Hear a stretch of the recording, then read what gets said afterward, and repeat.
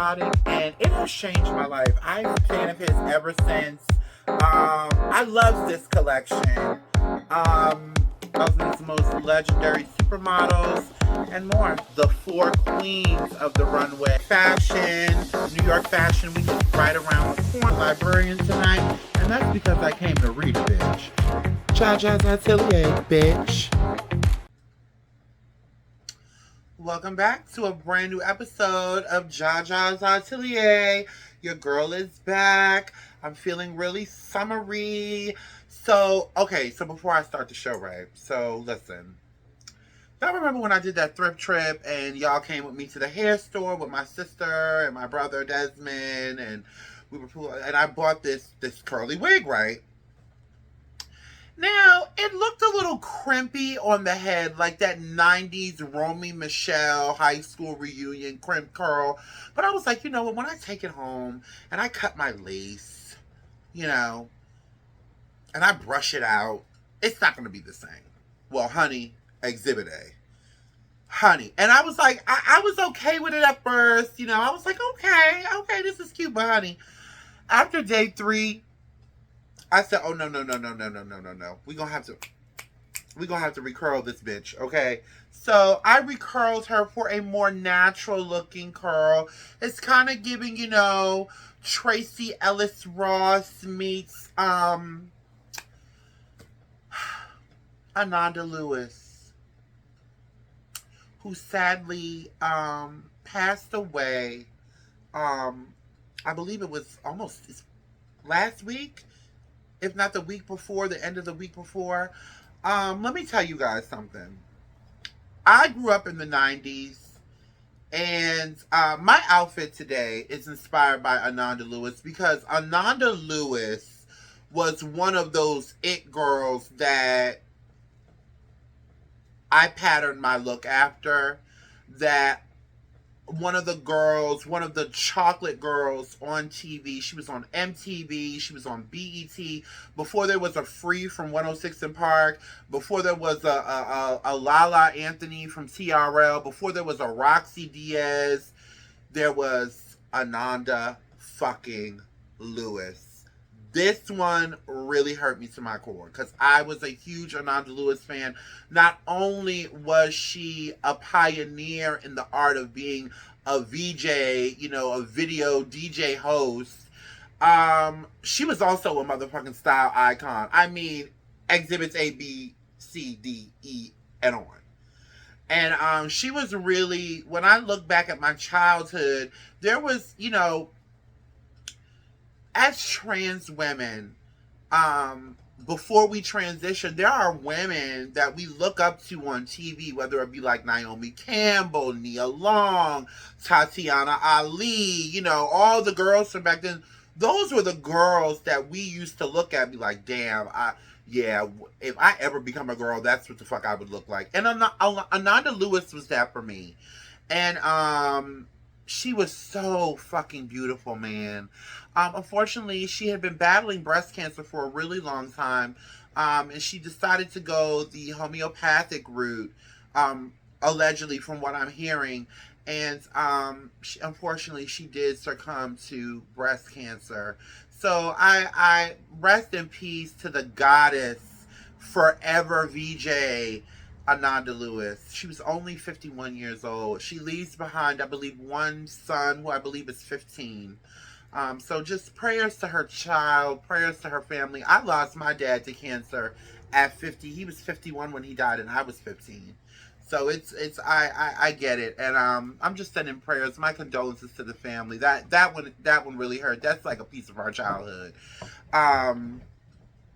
So, and that's why I have my curly hair on today, and my glasses, and my fun little tunic top, which I believe I've worn this top on the show before. The last time y'all might have saw it, it probably was the long sleeve, because I just cut the sleeves off right before the show.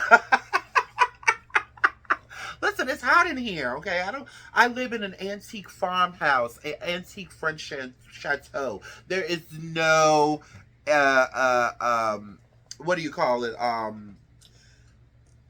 Central air in here. Not yet, anyway. Working on it, okay? So listen, let's get into the show, guys. We have a lot to cover. So listen, everybody's buzzing about Martini Rose, who made a huge comeback to London after a 2-year hiatus from her hometown. She showed in Paris. She showed in Milan first, and then she was showing in Paris. Now she's back in London. Listen, the famed designer returned to her roots to debut her 2026 spring-summer collection, paying homage to the true London tastemakers and her childhood memories of Kensington Market. Now, the show took place in an abandoned job center in Leeson Grove, London, where she invited a host of vendors, including, up-and-coming designers. Let me tell you something about Martini Rose. Martini Rose has her fingers on the pulse. She sees what a lot of fashion insiders don't. And the fact that she opened up her show and she shared her space for up-and-coming designers to be able to make a little coin and get their name out there, that really speaks volumes. That really speaks volumes. Now listen. We all heard the rumors. I am digging this hair. Y'all gonna see me in this hair again. Like, look, it's super long. Like, I even had to clip it in the back. And no, it's not glued down. Because why? She has edges, darling.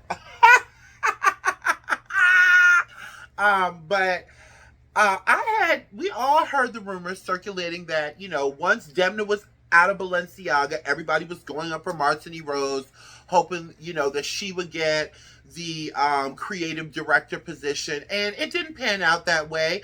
Of course, it went to another recycled white man.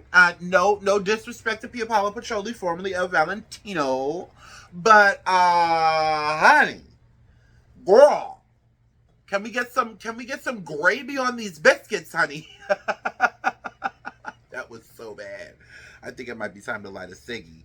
It's hot. All my windows are open. None of this foo-foo-la and finery will be destroyed. Trust me. Can I get some gravy on these biscuits, honey? Please. But, so listen. The rumors were swirling. I had talked about this before. Before I get into what I said, because in the words of Whitney Houston, darling, show me the receipts. The show was absolutely stunning. I love this collection. I love the pointy shoes. I love that we're kind of straying away from this, uniform, kind of glamour that they label as quiet luxury. She's really opening the door for, listen, wear whatever the fuck you want. When you put your outfit on, it's an expression of how you feel that day. It's an expression of how you live your life.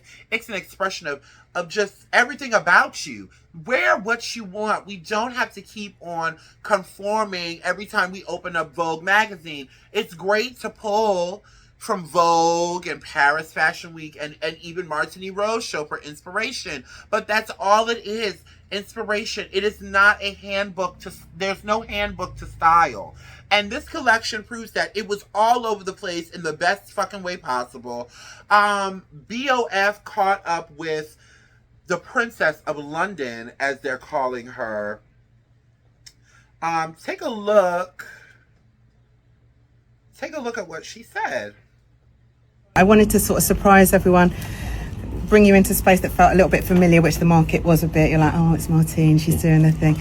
And then to go up a level and to really transport it into take you somewhere else, which is sort of new for me. You're doing our version of sort of couture salon. Everything feels a bit cinched, a bit too tight, slightly awkward, but somehow still sexy, I hope. So it's exploring new volumes like that with the sort of very long shoes and the shrunken jackets and things that are really suction to the body. It's almost like Mills and Booney. So it's like sex, but it's a different kind of sex. It's like a sort of a soft focus, 70s smeary sex. Yeah, I just wanted people to be sort of swept up in something, a bit of a dream. There's a need for me to keep stimulating myself and to do things that feel a bit new. And so I sort of just lent into that feeling because it just felt like something that I wanted to explore.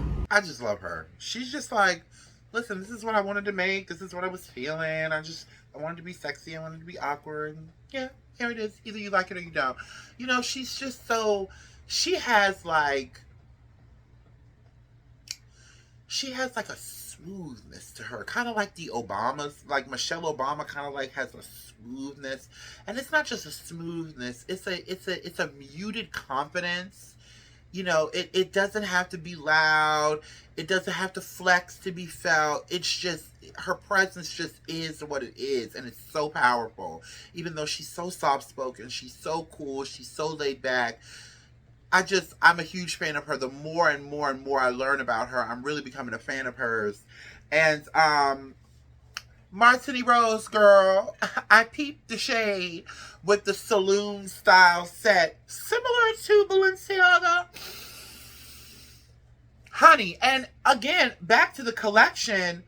For ready to wear, I could see this on the Balenciaga runway all day. It incorporates, you know, street style, you know, that, you know, all the new Balenci lovers are digging. But it also, it has classic, you know, couture staples. Like she said, there's, you know, different kind of shapes and silhouettes. And, you know, the bodice might be a little off, but it works. And, you know, again, I'm excited to see what Pia Paolo Pacioli is going to do because he is a great talent. But it would have been amazing to see Martini Rose. But again, we don't even know if she... Hell, run the clip back to what I said. Black community sometimes in such a rush to elevate into white spaces. And that's not... I'm not saying that about her. I'm just saying that in general. Even me. Why is that like the first thing we go for? She's already got her own brand. She's already got her own brand. Why aren't we encouraging her instead of going to Balenciaga? Why aren't we encouraging her? Girl, let's put up a GoFundMe and let's see Martini Rose do her first haute couture collection on her own brand as a black woman.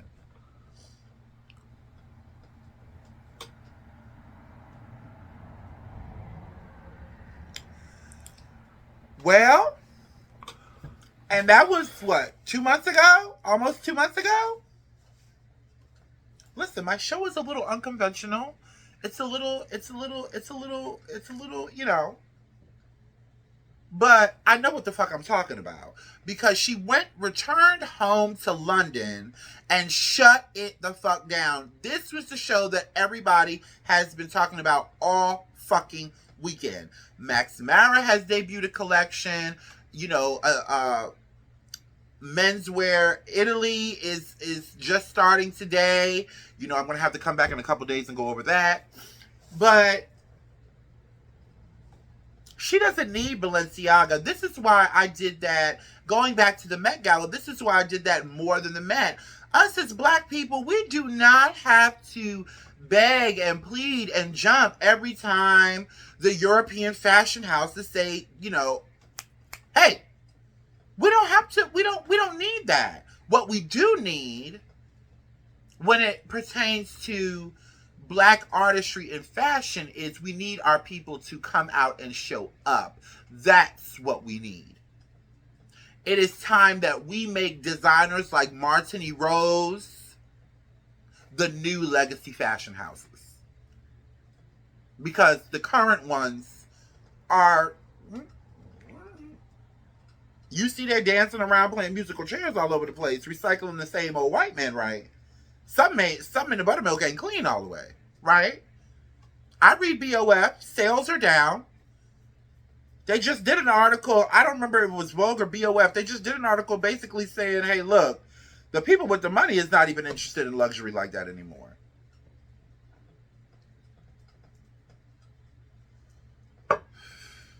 Now's the time for us to be like, hey, and not even for them, for us. We don't have to keep buying the same old recycled, you know, collections. And listen, I'm not trying to throw shade just because these designers are white, but we need some brand new flavor in our ear, okay? That's all I'm saying. But anyway, huge congratulations to Martini Rose. And I can't wait to see what else she has in store. What's next? What's next? What's next? Ooh. So, about a year ago, I was raving about this German-based brand, called Namilia. I haven't heard much about them since this show, but if you guys remember, if those of you that watch me religiously, if you remember, we talked about this show, and the name of this collection was In Loving Memory of My Sugar Daddy, where the designer used Birkin bags as skirts, Birkin bags as bustiers. I mean, full ball gowns made out of Birkin bags, honey. Well, according to Fashion to Max, Hermes actually sued the brand. And Hermes, y'all are really getting on my nerves. Hermes is really getting on my nerves. Listen, I understand the weight and the importance of Hermes. I understand the legacy behind Hermes. But y'all are not sitting to just run buckshot over everybody. Your bags are overpriced as a motherfucker. You've already been, exposed for that. You've already been investigated, allegedly, for, unorthodox things going on with your business. It's not like they are knocking you off. Your creative director didn't think of it first. It's like, come on. Well, listen. The Frankfurt Regional Court, however, ruled against Hermes, citing Namilia's right to artistic freedom and the fact that the pieces were only for show and not intended for sale. Which kind of blew me because, honey, everybody in the comments was like, I need. Listen, there are girls that be in these comment sections. When they see something, they go out and buy it. So I was kind of shocked at that. So it's not for sale. You didn't think of it first. Everybody is copying the Hermes bags. It is what it is. You have made it such a coveted thing, and you've made it out of reach for the majority of people in the world. So we just went around you. You can't be mad at that. I mean, come on. They did the same thing to Dapper Dan back in the day. It's like, come on with this. This is a young, emerging designer. Cut the bitch some slack, okay? And take notes, because y'all ready-to-wear collections are boring. Well crafted, but boring, nonetheless. Just my personal opinion. Nobody's wearing Hermes culottes, okay? Anyway, I just thought that story was really interesting because I really enjoyed that collection, and I hadn't heard anything from that designer since. And maybe perhaps this is why. I'm not sure how long the lawsuit had been going on for, or when Hermes filed the lawsuit, but. And try as I might, it was scrubbed. I couldn't find it anywhere on the internet. Maybe my research skills are slacking. I don't know. But anyway, live and let live. Imitation is the sincerest form of flattery, and Namilia did it in a way that was kind of like a slap in the face to the men that lord these bags over these desperate, insecure women sometimes and use it as bait. It's a bargaining chip for them to be able to get some coochie in a lot of situations. And this is the collection was very anti-establishment when I broke down the meaning behind the collection. I mean, it's all in the name, In Love and Memory of My Sugar Daddy. Anyway. On to our next. Now, I'm going to make this a short show today because, honey, Work is kicking my ass. You know, I'm still a cubicle girl, in the words of T.S. Madison and Uncle Craig the Writer Stewart, honey. But a cubicle girl that is still chasing her dreams, nonetheless. So listen, Sabrina. Oh Lord. So the pop phenomenon, the bite-sized pop phenomenon, Sabrina Carpenter, is facing major backlash over her upcoming album art, which is kind of bringing me back to the 90s, when album art was really like a thing. Like back when I was a kid and my dad would take me to Sam Goody, I remember it was May 5th. I will never forget. And I had saved up my coin because Destiny's Child Survivor, the album, was coming out.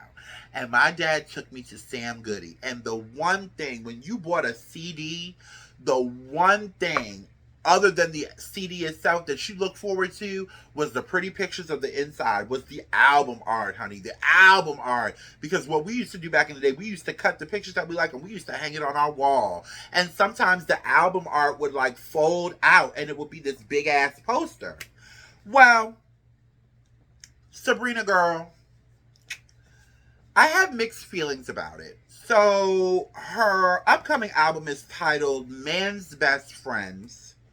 And here is the cover. Okay.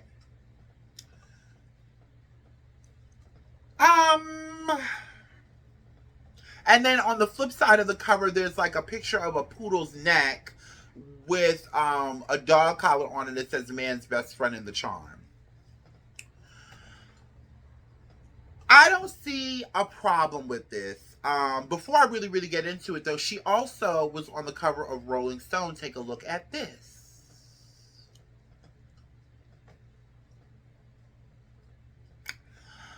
I don't see a problem with the imagery. I'm not quite sure how old she is. Hold on, let me ask Google. Hey Google, how old is Sabrina Carpenter? 26 years old. Really? I don't see a problem with it. She's a grown fucking woman. She could do what she want to do. Let me light a cigarettes. Here's the problem I have. She, much like Ariana Grande, they're very youthful looking. Okay. She, on this Rolling Stone cover, she don't look no older than 15, 13, 14. My nieces, and y'all have seen them, my nieces look more grown than she do. And I think that's where the backlash comes from. And I've said this on the show, I don't know how many times. I don't know what it is about, well, we know what it is. We're just not going to say it today. We know what it is with the, with the imagery of, this facade of her being underage. It does kind of give that in the picture, and it's only solely based off of how she looks. They did the same thing to Britney Spears back in the day. They did the same thing to Britney Spears back in the day. The difference was Britney Spears actually looked the age in the role that she was playing, even though she was actually younger. When she did Hit Me Baby One More Time, I think Britney Spears was 16 years old. Flouncing around, rolling around on the floor in a schoolgirl uniform, in a Catholic schoolgirl uniform nonetheless. So, and I did my research. She had a lot of creative control over the album cover and the art and the pictures and the styling. So it's, when it comes to girls that look like Sabrina Carpenter, really petite, slim in the waist, real baby in the face, her and Ariana Grande have this, it's like, yeah, they're grown, but they don't look grown. She looks like a 13-year-old girl on this Rolling Stone cover. And it does give the perception of kitty corn. You know what I mean? And I know that she doesn't mean it that way. And at 26, You know, goddamn, I just want to be sexually liberated. I want to do what I want to do. I'm a grown woman. I'm feeling sexy. But Sabrina, and I'm not judging you because I get it, but I think just to be a little bit more cognizant of the imagery that you're putting out and be a little bit more aware of what you look like. People were talking about her outfit at the Met Gala. Because she does look like an underage girl, but she can't help that. She's damn near 30. What do y'all think?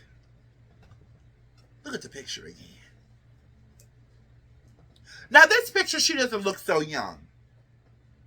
She doesn't look so young. With makeup, she can pass for 21, 18 to 21. But nonetheless, she still looks hella young. And Ariana Grande has that same problem, which is why she always wears those stupid fucking ponytails.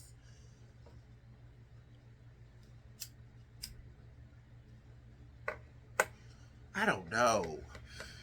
And then it's also the thing of, too, you know, I've seen some of these new age up and coming male pop stars and hip hop artists, and they look really young too, and they up on the internet with their whole dick print out. Shirt off, everybody's like, oh, he's so sexy. Nobody bats an eyelash. And this is when I think like entertainment is starting to do a little bit of a backslide, like, oh, now we want to be so conservative because of the current administration. Let me tell y'all something. This current administration is fucked up. And it is fucking up everything. You can't even enjoy entertainment the same way anymore. Because we have to tiptoe for the turf, twat. You know, so I'm torn on this. I really am. I really don't have an opinion either way. Like I said, I just think, Sabrina, I just think you should just be a little bit more aware of what you look like. And I think Sabrina Carpenter is really cute. She's a really cute, itty bitty, bite-sized little, bowl of vanilla pudding, honey. She's very pretty.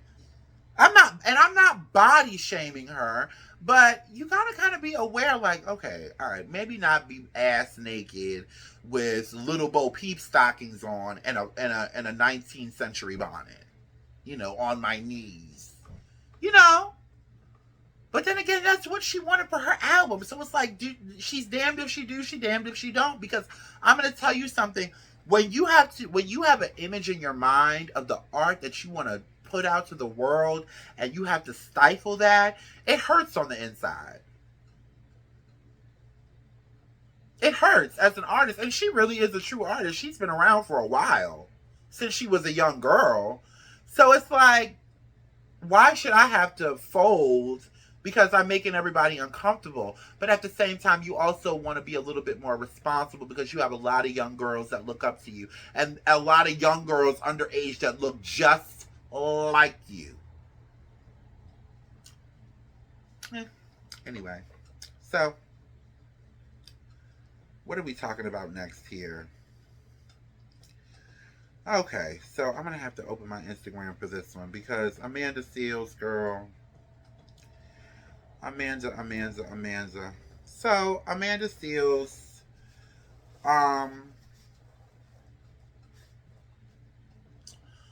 I just saw something about this Israel, Iran thing that just blew me. Hold on, let me get myself together because we're getting ready to get into that right after this.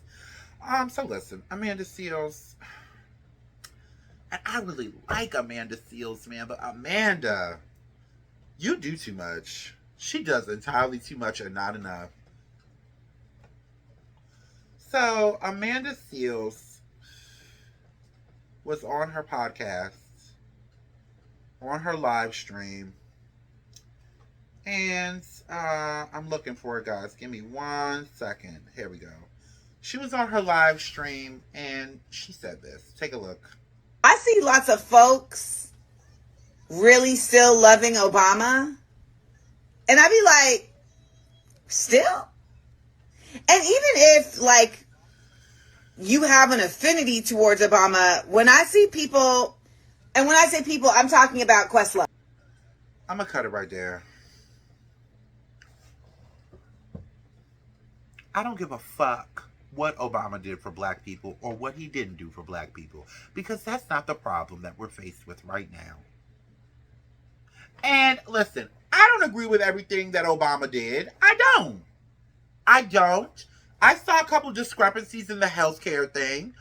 I didn't, they branded him the deporter in chief. He deported more people during his presidency than I believe any other president, including the tariff twat who's spending all our tax dollars to send 20 people away every month. But I'm gonna say something that goes against everything. A lot of the things that I've said on this show. There does come a time when you gotta put whatever you disagree with about black people in high positions to the side and just ride it out. This is not the time.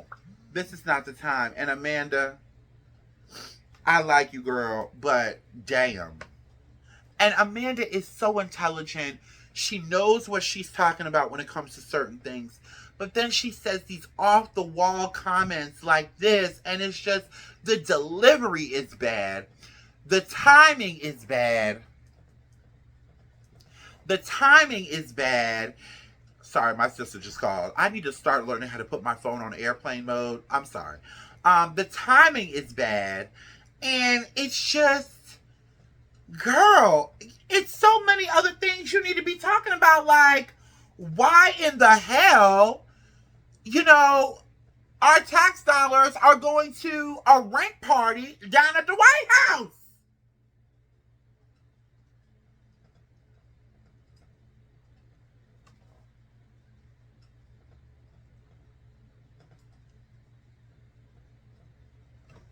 It's like, come the fuck on, girl.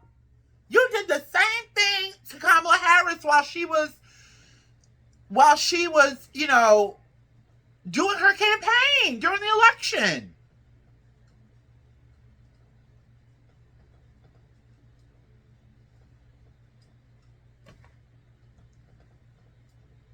What is going on? And it's starting to really come off like you're doing it just for clicks and views. And then on top of that, what I don't like is that I don't like how dismissive she is to people when they disagree with her. And you could disagree with Amanda Seales the most polite fucking way possible, and she will still find a way to drag her quote unquote autism in it. It's always this level of, oh, I'm a victim. I've been through people like that in my personal life. You disagree with them, and then all of a sudden, you're a monster! You're disturbing my energy! Oh my God! My boundaries! Oh. And it's like, no, girl, I just told you I disagree.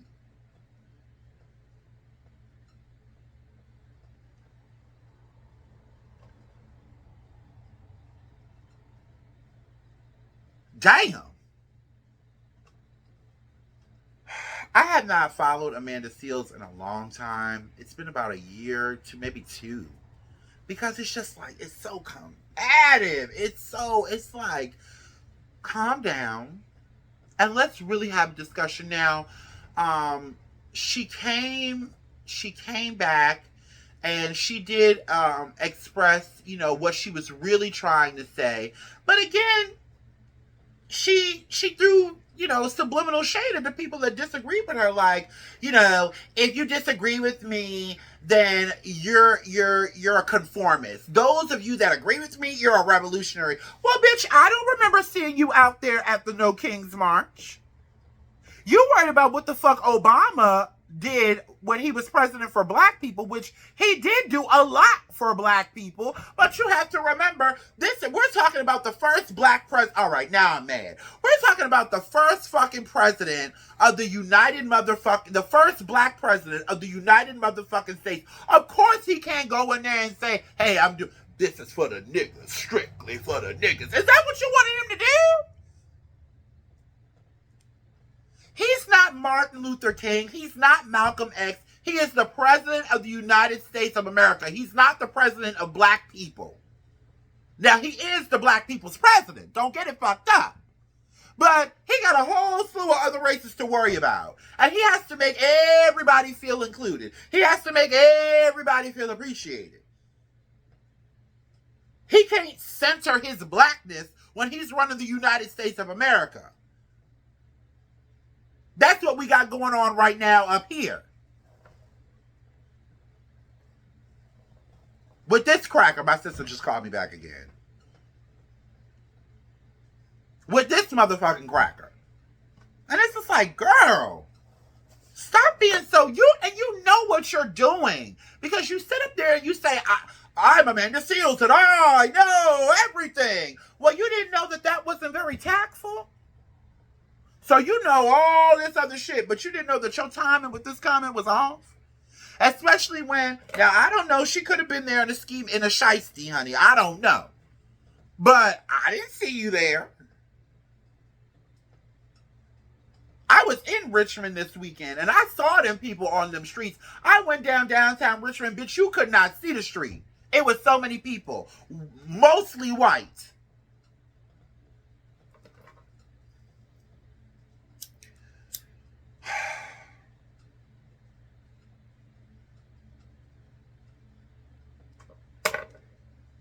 What did Obama do for black people? Kamala Harris locked up black people. They did. You got to choose the lesser of the two evils, baby. And I understood what she was saying in her follow-up response to the backlash. You know, I get it where she was coming from, but it's invalid because you're comparing Obama's presidency to the legacy of civil rights activists. Those are two different fucking lanes. You need to find somebody else for that. And seeing as how you always got the biggest mouth about the situations and the goings on, why don't you, hello, Angela Davis? Put your money where your mouth is. I have never seen Amanda Seales go to the White House. No, I have seen her go to the White House, but not during this current administration.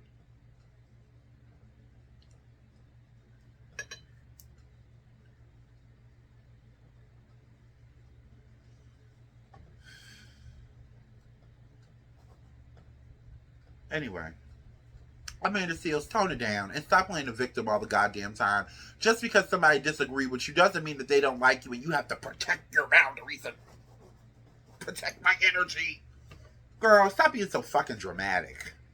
Anyway, so, honey child. So, of course, this weekend was Donald Trump's birthday, a.k.a. the Tariff Swat, a.k.a. Donald Douche, a.k.a. Dick in the Dirt, a.k.a. Can't Get It Up, a.k.a. Syphilis on the Brain, a.k.a. Herpes under his nut sack, a.k.a. a motherfucking imp. And he decided to throw himself a rent party down by the White House in D.C. with our hard-earned tax dollars. And nobody showed up. So I want y'all to take a look at this video that I found on, came across on Instagram. Take a look at this. Oh no. This is his birthday turnout.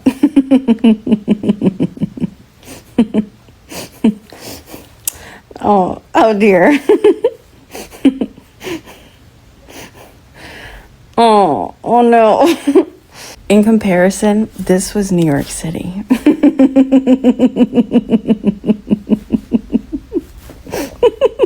This is one of 2,000 locations. Look, I'm sure more people showed up for him eventually. But I don't know if enough people showed up to make up any sort of difference. And remember, this is a birthday party he had to throw himself. And most of the attendees were paid to be there. Like literally, the military had to be there. Our tax dollars. Over this weekend, it was so much going on. I went to my sister's house, and me, Shannon, and Desmond,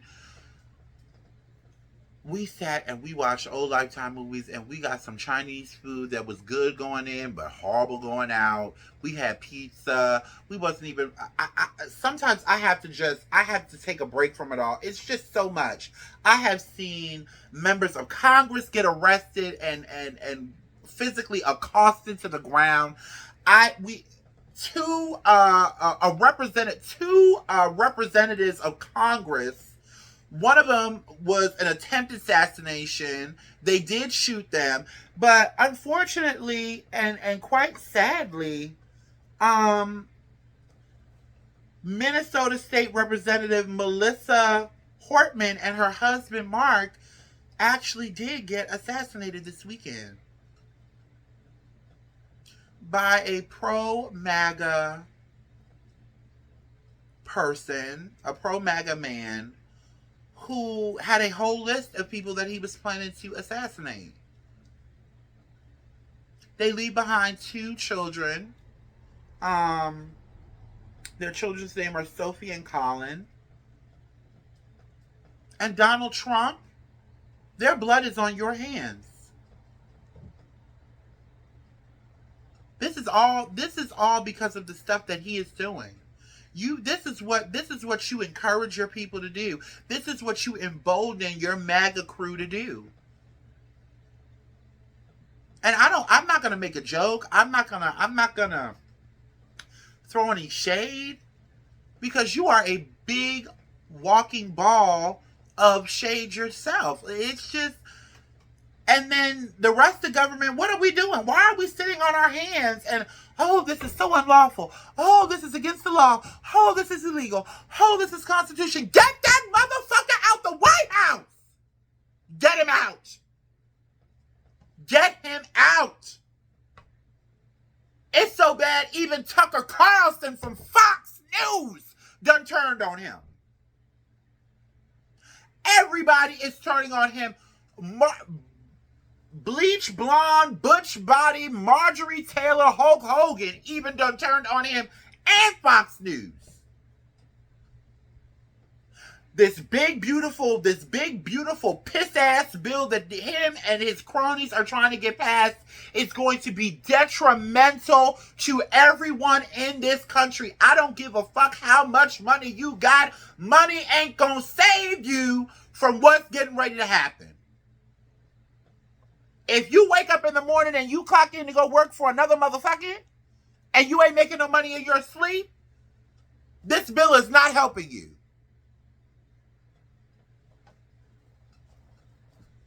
What I will say is, it warms my heart to see everybody. I wasn't going out there. Number 1, I'm black. Number 2, I'm a trans woman.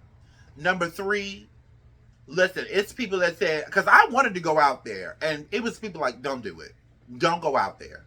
But it was so many, a lot of white people that were out there, and, you know, one girl, I couldn't find the video again, but one girl was saying, you know, they were criticizing the black folks, like, you know, why aren't they out here? And she was like, they've been out here. It's time for us to show up for them. And that just warmed my heart. All the stupid, funny signs. I saw one woman with a blow-up doll version of Donald Trump with a noose around his neck, dragging him in front of the White House. I mean, I even saw people in Richmond with crazy signs. It was just, what a time to be alive. The revolution is happening right now. And instead of sitting down on our asses, complaining about what the last president did from 10 years ago, Amanda, we need to be spreading the word. We need to be, listen, I know us as black people, we have this gripe against the Latinos because we feel like all of them went out and voted against us, which is not true. We don't know the real numbers because allegedly the election was fucking rigged any goddamn way. We don't know who voted for what, which explains all the split ballots in New York, Michigan, and Pennsylvania. We really just need to cut the crap. This is serious. They're deporting American citizens. They're arresting members of Congress for simply showing up to an immigration hearing and supporting their constituent. Come on. We got this. Donald Trump, Elon Musk, they're just a bunch of puss-ass motherfuckers. One is a crackhead and one is an impotent in a diaper and can't control his fucking bowels. These are insecure little tiny white men with a Napoleon complex and a stick up their ass for every girl that didn't want to give them no coochie when they was in high school. Anyway, I love y'all. That's the show. I will be back because it is Men's Fashion Month and we have so much fabulosity to get to. I love you. Ciao.